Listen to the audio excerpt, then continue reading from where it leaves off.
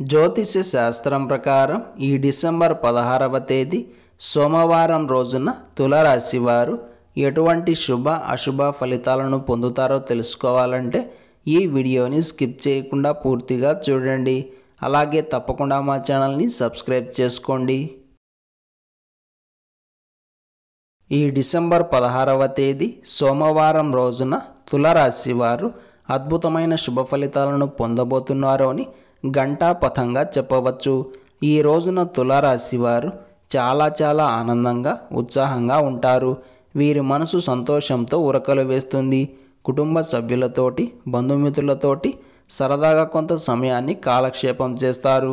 Relax అవ్వడానికే ఎక్కువ ఇష్టపడతారు. ఏ పని చేసినా చాలా సింపుల్గా తెలివిగా చేసేస్తారు. ఎటువంటి తలనొప్పులు లేకుండా ఈ రోజున మీ పనులన్నీ చకచకా పూర్తవుతాయి. మరోవైపు ఎదుటివారికి మీ వంతు సహాయంగా అంతో ఇంతో హెల్ప్ కూడా చేస్తారు.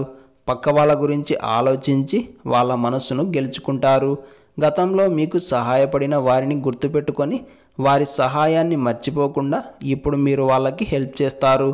ఈ రోజున మీ మనసు తృప్తిగా ఉంటుంది. సేవింగ్స్ మీద దృష్టి పెడతారు. వృత్తి ఉద్యోగ మరియు వ్యాపారాల పరంగా కూడా లాభదాయకంగా ఉంటుంది. ప్రయాణాలు కలిసి వస్తాయి. దూర ప్రయాణాల వలన లాభం ఉంటుంది. వైద్య సంప్రదింపుల వలన కొంత ఊరట లభిస్తుంది. మొత్తం మీద తులారాశి వారికి ఈ రోజంతా ఉత్సాహంగా సాగిపోతుంది. ఇందులో మాత్రం ఎలాంటి సందేహం లేదు. ఈ సోమవారం రోజు తులారాశి వారు ఆరెంజ్ రంగు దుస్తులను ధరించకండి. ఎర్రటి పూలతోటి మీ ఇష్ట దైవాన్ని ఆరాధన చేయండి.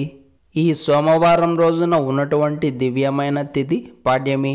నక్షత్రం ఆరుద్ర నక్షత్రం. రాహుకాలం ఉదయం 7:30 నుండి 9 గంటల వరకు. యమగండం ఉదయం 10:30 నుండి 12 గంటల వరకు. అలాగే ఈ రోజు యొక్క శుభ సమయాలు మధ్యాహ్నం 3:40 నుండి 4:25 వరకు. ఈ రోజు యొక్క పంచాంగం ప్రకారం రోజువారీ సాధారణ కార్యక్రమాలకు మాత్రమే కాలం అనుకూలంగా ఉంది.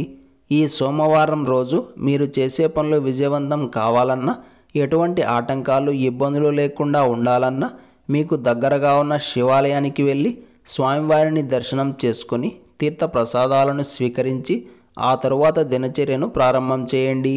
అంతా శుభమే కలుగుతుంది. దేవతలకు బ్రహ్మముహూర్తంగా చెప్పబడే ధనుర్మాసం ఈ రోజు నుండి మొదలైంది. కాబట్టి ఎవరైతే రాబోయే 30 రోజుల కాలం పాటు ప్రతిరోజు ఉదయాన్నే నిద్రలేచి దేవతారాధన చేస్తారో అలాంటి వారికి పుణ్యంతో పాటు అష్ట ఐశ్వర్య భోగభాగ్యాలు ప్రాప్తిస్తాయి.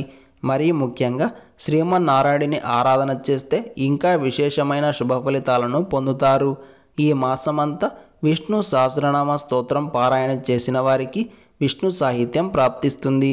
ఈ సోమవారం రోజు ఓం సం సరస్వతయై నమః అనే మంత్రాన్ని పదే జపిస్తూ ఉండాలి.